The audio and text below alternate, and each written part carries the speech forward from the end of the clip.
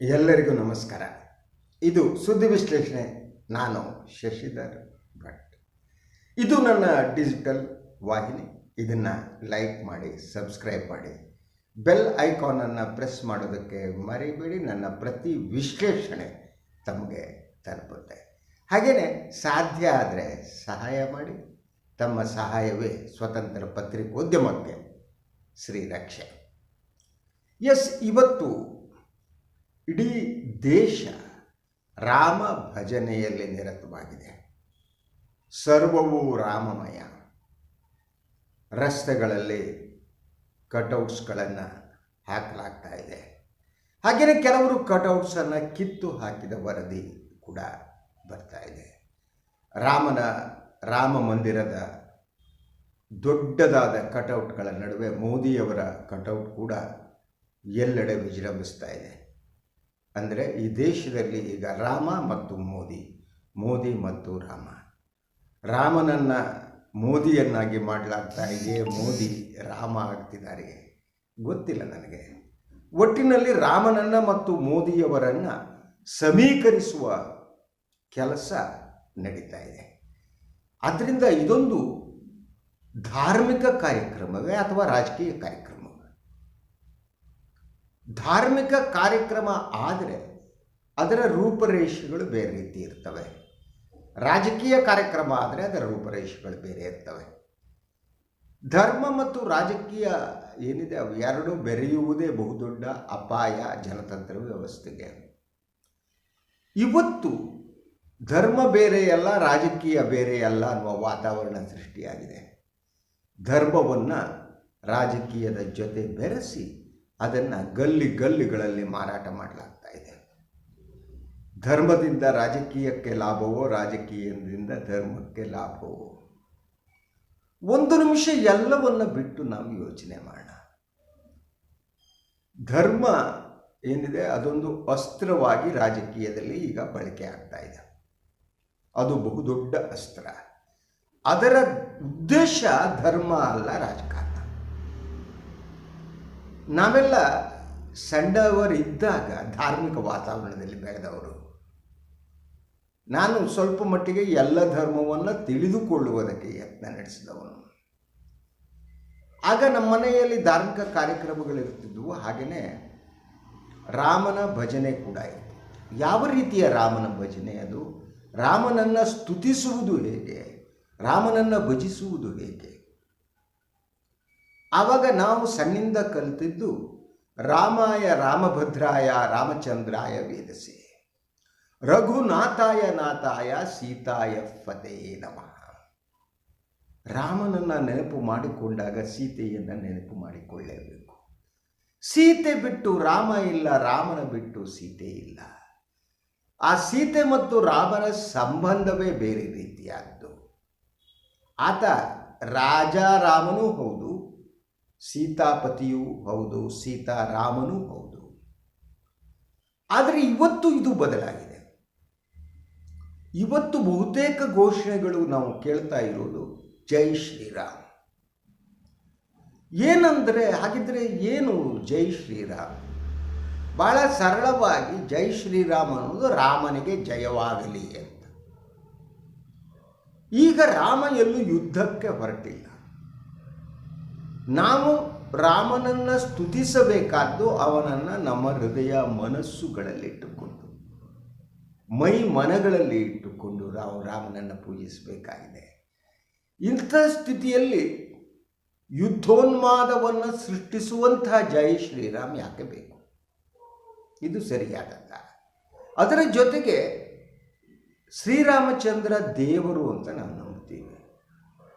ದೇವರು ಯುದ್ಧಕ್ಕೆ ಹೊರಟಿಲ್ವಲ್ಲ. ಈಗ ಆತನಿಗೆ ಜಯವಾಗಲಿ ಅಂತ ಹೇಳೋದು. ಈಗ ಶ್ರೀರಾಮನಿಗೆ ನಾವು ಕೇಳಬೇಕಾದದ್ದು ಏನನ್ನ? ಅಪ್ಪ ಶ್ರೀರಾಮಚಂದ್ರ, ನನಗೆ ಸದ್ಬುದ್ಧಿಯನ್ನು ಕೊಡು, ನನ್ನನ್ನು ಕಷ್ಟ ಕೋಟಲೆಗಳಿಂದ ಬಗೆಹರಿಸು. ಅದನ್ನು ನಾವು ಕೇಳಬೇಕಾದ್ದು. ನನ್ನ ಹೃದಯ ಮತ್ತು ಮನಸ್ಸಿನಲ್ಲಿ ರಾಮ ನೀನು ನೆಲೆಸು ಅಂತ ಅಂದರೆ, ರಾಮ ಯಾವ ಮೌಲ್ಯಗಳನ್ನು ಪ್ರತಿಪಾದಿಸಿದ್ದನೋ ಆ ಮೌಲ್ಯವನ್ನು ನಾನು ಅಳವಡಿಸಿಕೊಳ್ಳುವಂತೆ ಮಾಡು. ಈ ರಾಮ ಪ್ರತಿಷ್ಠಾಪನೆ, ರಾಮ ಮಂದಿರವನ್ನು ಕಟ್ಟುವ, ಉದ್ಘಾಟಿಸುವ, ಪ್ರಾಣ ಪ್ರತಿಷ್ಠೆ ಮಾಡುವ ಸಂದರ್ಭದಲ್ಲೂ ನಾವು ರಾಮನನ್ನು ಏನನ್ನ ಕೇಳಬೇಕು ಅನ್ನುವ ಅರಿವು ಇಲ್ಲದ ಅರಿವುಗೇಡಿಗಳು. ನಾವು ಕೇಳಬೇಕಾದ್ದು, ಶ್ರೀರಾಮಚಂದ್ರ ನನ್ನ ತಂದೆ ತಾಯಿಯನ್ನು, ನನ್ನ ಹಿರಿಯರನ್ನು ಚೆನ್ನಾಗಿ ನೋಡಿಕೊಳ್ಳುವಂತೆ ನನಗೆ ಆಶೀರ್ವಾದ ಮಾಡು. ದೇವರಲ್ಲೇ ಆಶೀರ್ವಾದವನ್ನು ನಾವು ಕೇಳ್ತೀವಿ. ಅದರಂತೆ ಸಾಮಾನ್ಯ ನಾಗರಿಕರು ಏನಿದ್ದಾರೆ, ಅವರು ಏನು ಹೇಳ್ತಾರೆ, ಏನು ಮಾತಾಡ್ತಾರೆ, ಅವರ ಕಷ್ಟ ಸುಖಗಳಿಗೆ ಸ್ಪಂದಿಸುವಂತೆ ಮಾಡು ಶ್ರೀರಾಮ ಅಂತ ಕೇಳಬೇಕು. ಶ್ರೀರಾಮಚಂದ್ರ ಅಯೋಧ್ಯೆಯಲ್ಲಿ ತನ್ನ ಅರಮನೆಯ ಹೊರಗಡೆ ಒಂದು ಗಂಟೆಯನ್ನು ಕಟ್ಟಿದ್ದಂತೆ. ಅಲ್ಲಿ ಸಾಮಾನ್ಯ ಜನ ಕೂಡ ಬಂದು ಆ ಗಂಟೆಯನ್ನು ಬಾರಿಸಬಹುದಿತ್ತು. ರಾಮನ ಆಡಳಿತ ಅದಕ್ಕೆ ಪ್ರತಿಸ್ಪಂದನೆ ಮಾಡ್ತಿತ್ತು. ಇವತ್ತಿನ ಆಡಳಿತದಲ್ಲಿ ಸಾಂಕೇತಿಕವಾದ ಆ ರಾಮನ ಗಂಟೆ ಮಾಯವಾಗಿದೆ. ಸಾರ್ವಜನಿಕರು ತಮ್ಮ ಕಷ್ಟವನ್ನು, ಸುಖವನ್ನು, ತವವನ್ನು, ಅಸಹಾಯಕತೆಯನ್ನು, ಹಸಿವನ್ನು ಎಲ್ಲವನ್ನು ಹೇಳುವುದಕ್ಕೆ ಗಂಟೆ ಬಾರಿಸುವಂತಿಲ್ಲ. ಒಂದು ಪ್ರಭುತ್ವ ಕಿವುಡಾಗಿದೆ, ಇನ್ನೊಂದು ಈ ಪ್ರಭುತ್ವ ಸಾರ್ವಜನಿಕರ ಅಹವಾಲುಗಳನ್ನು ಸ್ವೀಕರಿಸುವುದಕ್ಕೆ ಗಂಟೆಯನ್ನೇ ಇಟ್ಟಿಲ್ಲ. ಅದರ ಬದಲು ಜೈ ಶ್ರೀರಾಮ್ ಘೋಷಣೆಯನ್ನು ಇಡಲಾಗಿದೆ. ನಾವು ರಾಮ ಮಂದಿರದ ಬಳಿ ಹೋಗಿ, ಅಯೋಧ್ಯೆ ಹೋಗಿ ರಾಮನಿಗೆ ಜಯವಾಗಲಿ ಅಂತ ಹೇಳ್ತೀವಿ. ಆತನನ್ನು ಮತ್ತೆ ಯುದ್ಧಕ್ಕೆ ಸಿದ್ಧಗೊಳಿಸ್ತಿದ್ದೀವಿ. ಯುದ್ಧಕ್ಕೆ ಸಿದ್ಧಗೊಂಡ ರಾಮ ನಮ್ಮ ಹೃದಯ ಮತ್ತು ಮನಸ್ಸುಗಳಿಂದ ನಾಪತ್ತೆ ಆಗ್ತಾನೆ. ನಮ್ಮ ಹೃದಯ ಮತ್ತು ಮನಸ್ಸುಗಳಲ್ಲಿ ರಾಮನಿದ್ದರೆ ನಾವೇ ರಾಮನ ಗುಣಗಳನ್ನು ಸ್ವೀಕರಿಸ್ತಾ ರಾಮನಾಗುವ ಯತ್ನವನ್ನು ನಡೆಸ್ತೀವಿ. ಅದು ಇವತ್ತಿನ ಅವಶ್ಯಕತೆ. ಆದರೆ ಬಿಲ್ಲು ಬಾಣವನ್ನು ಹಿಡಿದ ರಾಮಚಂದ್ರ ಇವತ್ತು ಯುದ್ಧಕ್ಕೆ ಸನ್ನದ್ಧನಾಗುವಂತೆ ನಾವು ಜೈ ಶ್ರೀರಾಮ್ ಅಂತೀವಿ. ಯಾವುದೋ ಯುದ್ಧಕ್ಕೆ ರಾಮ ಹೊರಟಂತೆ. ಹಾಗಿದ್ದರೆ ನೀವು ರಾಮನನ್ನು ಯಾವ ಯುದ್ಧಕ್ಕೆ ಸನ್ನದ್ಧಗೊಳಿಸ್ತಾ ಇದ್ದೀರಿ? ನೀವು ರಾಮನನ್ನು ರಾಜಕೀಯ ಯುದ್ಧಕ್ಕೆ ಸನ್ನದ್ಧಗೊಳಿಸ್ತಾ ಇದ್ದೀರಿ.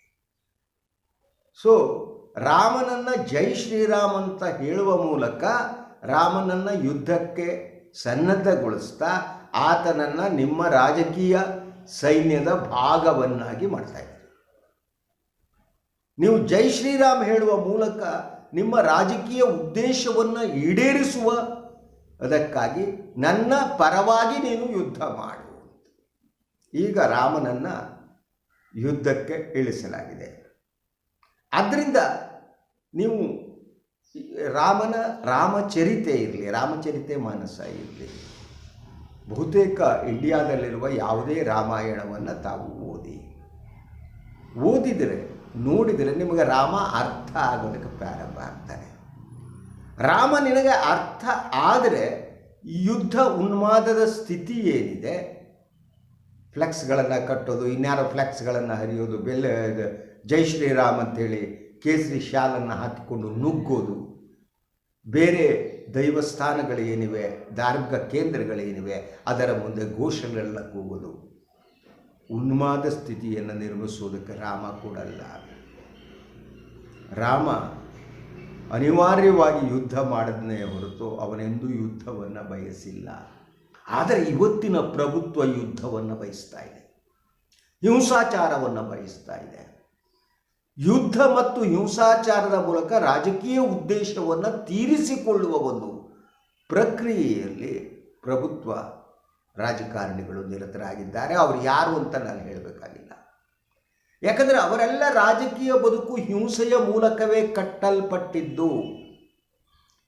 ಹಿಂಸೆಯೇ ಅವರಿಗೆ ವೇದಿಕೆ, ಪ್ಲಾಟ್ಫಾರ್ಮ್. ನೀವು ಅವರ ಇಡೀ ರಾಜಕೀಯ ಬದುಕು ಹಿಂಸೆಯನ್ನು ಬಿಟ್ಟು ಇಲ್ಲ. ಕಟ್ಟುವುದಲ್ಲ, ಒಡೆಯುವುದು ಅವರ ಎಜೆಂಡಾ. ಒಡೆಯುವ ಮೂಲಕ ರಾಜಕೀಯ ಲಾಭವನ್ನು ಪಡೆಯುವುದು. ರಾಮ ಎಂದೂ ಒಡೆಯುವ ಕೆಲಸವನ್ನು ಮಾಡಲಿಲ್ಲ. ಲಕ್ಷ್ಮಣನಾಗಲಿ, ಭರತನಾಗಲಿ, ಶತ್ರುಘ್ನನಾಗಲಿ ಎಂದೂ ಕೂಡ ಅವರಿಗೆಲ್ಲರೂ ಕೂಡ ಕಟ್ಟುವುದರಲ್ಲಿ ನಂಬಿಕೆ ಇಟ್ಟವರು. ರಾಮ ವನವಾಸಕ್ಕೆ ಹೋದಾಗ ನಂತರ ರಾವಣನ ವಧಿಸುವವರೆಗೆ ಸಾಮ್ರಾಜ್ಯ ಭರತನ ಕೈಯಲ್ಲಿತ್ತು. ಭರತ ರಾಜ್ಯವನ್ನು ಕಸಿದುಕೊಳ್ಳುವ ಕೆಲಸವನ್ನು ಮಾಡ್ಬೋದಾಗಿತ್ತು. ಭರತ ಇದ್ದಕ್ಕಿದ್ದಾಗೆ ಅವನೇ ಹಿಂಸೆಯನ್ನು ಸೃಷ್ಟಿಸಿ ರಾಜ್ಯದಲ್ಲಿ ಅಧಿಕಾರವನ್ನು ತನ್ನ ಕಪಿಮುಷ್ಟಿಯಲ್ಲಿಟ್ಟುಕೊಳ್ಳುವಂತೆ ಮಾಡಬಹುದಾಗಿತ್ತು.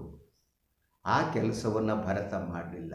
ರಾಮನ ಪಾದುಕೆಯನ್ನು ಒತ್ತು ತಂದ. ರಾಮನ ಪಾದುಕೆಯನ್ನು ಸಿಂಹಾಸನದ ಮೇಲೆ ಇಟ್ಟ. ರಾಮನ ಹೆಸರಿನಲ್ಲಿ ಆಡಳಿತವನ್ನು ನಡೆಸಿದ. ಇದು ಒಡಕಿನ ರಾಜಕಾರಣ ಅಲ್ಲ, ಇದು ಕಟ್ಟುವ ರಾಜಕಾರಣ. ಭರತನದು ಕಟ್ಟುವ ರಾಜಕಾರಣ ಆಗಿತ್ತು, ಒಡೆಯುವ ರಾಜಕಾರಣ ಆಗಿರಲಿಲ್ಲ. ಎಲ್ಲ ಅಣ್ಣ ತಮ್ಮಂದಿರು ಒಂದಾಗಿ ಇದ್ದರೂ ಅವರು ಜಗಳ ಆಡಲಿಲ್ಲ, ಹಿಂಸಾಚಾರ ಮಾಡಲಿಲ್ಲ. ರಾಜಕೀಯ ಲಾಭಕ್ಕಾಗಿ ಅವರು ತಮ್ಮ ಕಾರ್ಯತಂತ್ರವನ್ನು ರೂಪಿಸಲಿಲ್ಲ. ಅವರಿಗೆ ನಿಷ್ಠೆ ಇತ್ತು, ಅವರಿಗೆ ಬದ್ಧತೆ ಇತ್ತು, ಅವರಿಗೆ ನಂಬಿಕೆ ಇತ್ತು, ಸಹೋದರತ್ವದಲ್ಲಿ ನಂಬಿಕೆ ಇತ್ತು, ವಾಕ್ಯ ಪರಿಪಾಲನೆಯಲ್ಲಿ ನಂಬಿಕೆ ಇತ್ತು, ಏಕಪತ್ನಿ ವ್ರತದಲ್ಲಿ ನಂಬಿಕೆ ಇತ್ತು. ಅವರ ಬದುಕಿನ ಈ ಮೌಲ್ಯಗಳನ್ನೆಲ್ಲ ಬಿಟ್ಟು ಗಾಳಿಗೆ ತೂರಿ ರಾಜಕಾರಣ ಮಾಡಿದರೆ ಆಗ ರಾಮನೇ ಅಪ್ರಸ್ತುತನಾಗ್ತಾನೆ. ಈಗ ರಾಮ ಒಂದು ರೀತಿಯಲ್ಲಿ ವೈಭವದ ಸಂಕೇತ ಆಗಿದ್ದಾನೆ. ರಾಮ ರಾಜಕಾರಣದ ಭಾಗವನ್ನಾಗಿ ಅವರನ್ನು ರೂಪಿಸಲಾಗ್ತಾ ಇದೆ. ಅವನೇ ಅಸ್ತ್ರವಾಗಿದ್ದಾನೆ. ರಾಮನೇ ಒಂದು ಅಸ್ತ್ರವಾಗಿ ರಾಜಕೀಯ ವಿರೋಧಿಗಳ ಮೇಲೆ ಬಿಡುವ ವಾತಾವರಣ ಸೃಷ್ಟಿಯಾಗಿದೆ. ಜೈ ಶ್ರೀರಾಮ್ ಅಂತ ಹೇಳ್ತಾ, ಶ್ರೀರಾಮನೇ ಜಯವಾಗಲಿ ಅಂತ ಹೇಳ್ತಾ, ಆ ಒಂದು ರಾಮನನ್ನು ಅಸ್ತ್ರವನ್ನಾಗಿಸಿ ರಾಜಕೀಯ ಲಾಭವನ್ನು ಪಡೆಯುವುದು ಮತ್ತು ಪ್ರಭುತ್ವದಲ್ಲಿ ಮುಂದುವರಿಯುವ ಒಂದು ಬಹುದೊಡ್ಡ ಷಡ್ಯಂತ್ರ ನಡೀತಾ ಇದೆ. ಅದನ್ನು ಸತ್ತಾರೂಢ BJP ಅದರ ಮುಖ್ಯಸ್ಥರು ಮಾಡ್ತಾ ಇದ್ದಾರೆ. ಆದ್ದರಿಂದ ನಮಗೆ ಜೈ ಶ್ರೀರಾಮ್ ಅನ್ನುವ ಘೋಷಣೆಗಿಂತ ಬಹಳ ಮುಖ್ಯವಾದದ್ದು ಅಂದರೆ ರಾಮಾಯ ರಾಮಭದ್ರಾಯ ರಾಮಚಂದ್ರಾಯ ವೇದಸೆ ರಘುನಾಥಾಯ ನಾಥಾಯ ಸೀತಾಯ ಪತಯೇ ನಮಃ. ನಾವೆಲ್ಲ ಈ ಸಂದರ್ಭದಲ್ಲಿ ರಾಮನನ್ನು ನಮ್ಮ ಹೃದಯ ಮತ್ತು ಮನಸ್ಸುಗಳಲ್ಲಿ ಪ್ರತಿಷ್ಠಾಪಿಸಿಕೊಳ್ಳುವ ಕೆಲಸವನ್ನು ಮಾಡೋಣ.